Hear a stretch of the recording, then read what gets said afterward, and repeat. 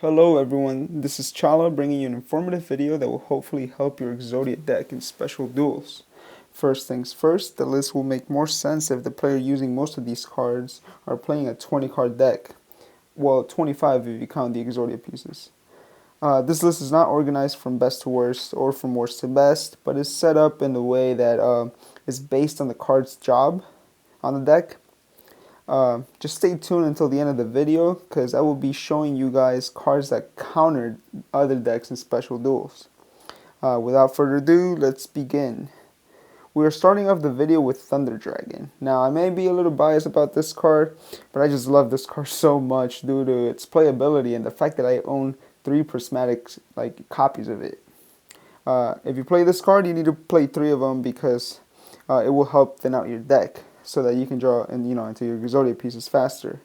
The next card on the list is the Bubonic Vermin. He's very similar to Thunder Dragon in the way that it will thin out your deck, but it's slower because you need to set them and then manually flip them or just wait until your opponent hits you. So it will take another turn in order to get a third copy out if you do decide to flip them manually. So he's playable at 2 to 3 copies. Now we're moving on to some draw support, and the first card in our list is Jar of Greed. This card turns your 25 card deck into a 22 card deck. It's simple as that. Next we have Shard of Greed. This may take 2 standby phases, but definitely worth playing, especially in a format that not many people are playing spell and trap card destruction. So it's a really good card in this format, well, special duels format. Now we go to Heart of the Underdog. Even if you're not playing a lot of vanillas and just a few of them, you need to play this card. That way when you draw into the Exodia pieces, other than the head of course, you can draw another card. And you can keep using this as long as you keep drawing vanillas. And similar to Heart of the Underdog, we have Veil of Darkness. This card is exclusively for Dark Monsters, but you can obtain 3 copies of this in your deck. So you can run into it a little bit more. You can even discard the Exodia pieces and then recycle them with cards I'll mention later on in the video. Common Charity, you draw 2 cards, then remove from play a normal monster. If you happen to remove an Exodia piece, it's okay, don't worry. We have Dimensional Alchemist. He's great in this deck in my opinion. It makes your deck move faster, and depending on how many copies you're running, you can have up to 3 Exodia pieces that are banished so that you can fish them back into your hand if they get destroyed, the Alchemist. And if you're running Alchemist, another good card could be Cards from the Sky. You banish a fairy and draw 2 cards. You can even remove Alchemist himself from your hand if you need to. The next card we have on the list is Wonder Wand. We're mostly focused on the draw 2 effect. When it happens to be equipped to Blue Dragon Summoner, you can even combo with it. So you'll be drawing 2 cards and you'll be adding another card from your deck to your hand. You can even add an Exodia piece with Blue Dragon Summoner's effect. And similar to that, we have Legion, the Fiend Jester.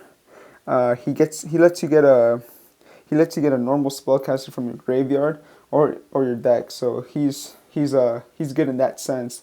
But the only downside is that his effect is only once per turn. Another recruiter, we have Emissary of the Afterlife. He's good, but the downside for him is that he lets your opponent also add a piece to their hand, or a Jelly Bean Man if your opponent is feeling a little sassy. Next, we have Iron Blacksmith Kotetsu. He can help you get equipped spell cards if you decide to do play them. And one of them could be Wonder Wand. These next cards are similar to Jar of Greed in the sense that they're 1 for 1. First on the list we have Skelangel. Second, Dark Mimic. Dark Mimic level 1 and Dark Mimic level 3. Blizzard, Defender of the Ice Barrier. 2 of these are they have to be destroyed by battle in order to use them, so they're a little less useful, but they can still be a good addition to your deck. Next we have Magical Merchant. It's an amazing card. He lets you mill until you get a spell or trap card. If you happen to mill Exodia pieces, it's okay. You can always get them back to your hand using Backup Soldier, which lets you add 3 pieces back into your hand, except the head of course. But you can also use Painful Escape, which lets you add any piece, including the head this time, from your graveyard or even your deck. If you decide to play any of the recent monsters I mentioned, you can always add Faint Plans in your deck, which will stall a turn, and one turn is a lot in an Exodia deck. That you can draw in, even into, like, if you're missing a piece, you can draw into it. And it can help you, I guess, manually flip your flip effect monsters, so that you can also have monster presence. That way you can tribute them and summon someone like Air Knight Parsheth, who adds synergy to the deck and lets you draw every time you inflict some damage. A card I did not like as much is White Elephant's Gift. It's not bad, I just don't like it as much, but it goes great with the Agent of Creation Venus, who lets you get free Mystic Shine Balls on the field, which makes the card more playable, referring to White Elephant's Gift, of course. Now we're going to talk about the cards that allow you to reshuffle cards back into your deck for other cards. I'm not a big fan of these cards, but you never know, they can really help someone out there. First one up is Reload. If you want to put pieces back into your decks so that you can replace them for other cards, this card is great for that. Next we got Card Trader. It's kind of similar to Reload, but it's only for one card, but it's continuous, so it could be good. We have part of the Dichotomy in this section. It's a card that helps you recycle cards from your graveyard, but puts them back into your deck instead of hand. But at least you get to draw 2 cards. Finally, we have Monster Recovery. It's the poor man's Reload, but it has an effect to send a monster back into your deck from the field, which could be a good thing, maybe. I don't know. Well, now we got to the end of the video, and now we're going to talk about the counters you can use to prevent your opponent from getting, the Exodia pieces in their hand. First up, we have Warm. He can help mill out your opponent or get those pieces out to the graveyard. Next, we got Disappear, who helps disrupt plays when your opponent tries to recycle the pieces that are in the graveyard into their hand or back into their deck. You can always use that and get rid of them. So if they're not playing Dimensional Alchemist, then it's going to be really hard for them to get those pieces back into their hand. Muko is also a great disruption card, especially when your opponent is trying to draw into all the pieces. He's using a lot of draw power. You use this card, really big disruption. Light Force Sword is a really good underrated card that even if it doesn't hit an Exodia piece, it can really hurt your opponent, like really, really bad. Amazonas Chainmaster can also hurt your opponent, and even if you win, like it could even help you win the game by stealing an Exodia piece. Or maybe you're missing a piece and your opponent has it in their hand, you can just snatch it off their hand.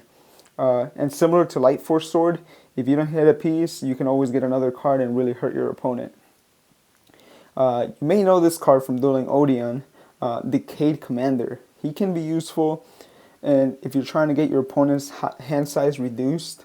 If you want to be a little gimmicky, you can also combine them with Secret Pass to the Treasures, so that you can just hop over monsters and attack your opponent directly. Mephis, the Infernal General, reminds me of Air Knight Parsheth in the sense that he activates when he inflicts battle damage, but instead of drawing a card, you can discard one card from your opponent's hand. He's a tribute summon monster, so you can also combine him with a Faint Plan to get him out. The Secret of the Bandit makes any monster you have kind of have the power that Mephis does, in the sense that it helps you discard a card from your opponent's hand, but this one doesn't give it piercing. Lastly, we have the Secrets of the Gallant. This card can be really good if combined with other cards such as Mirror Wall. So if your opponent attacks you, you can use this card and then use Mirror Wall in the damage step so that your opponent takes battle damage. Even if your monster's in defense mode, your opponent can run into it, and with half his attack, he's not going to be able to kill your monster in defense mode. And that means that your opponent is going to be losing 2 cards in their hand, and that is huge and can definitely give you that win. Alright guys, that is all I have. If you have a card that I did not mention, feel free to post it in the comments below. And let me know if you're already using a combination of these cards. If you haven't subscribed already, please do, and stay tuned for more.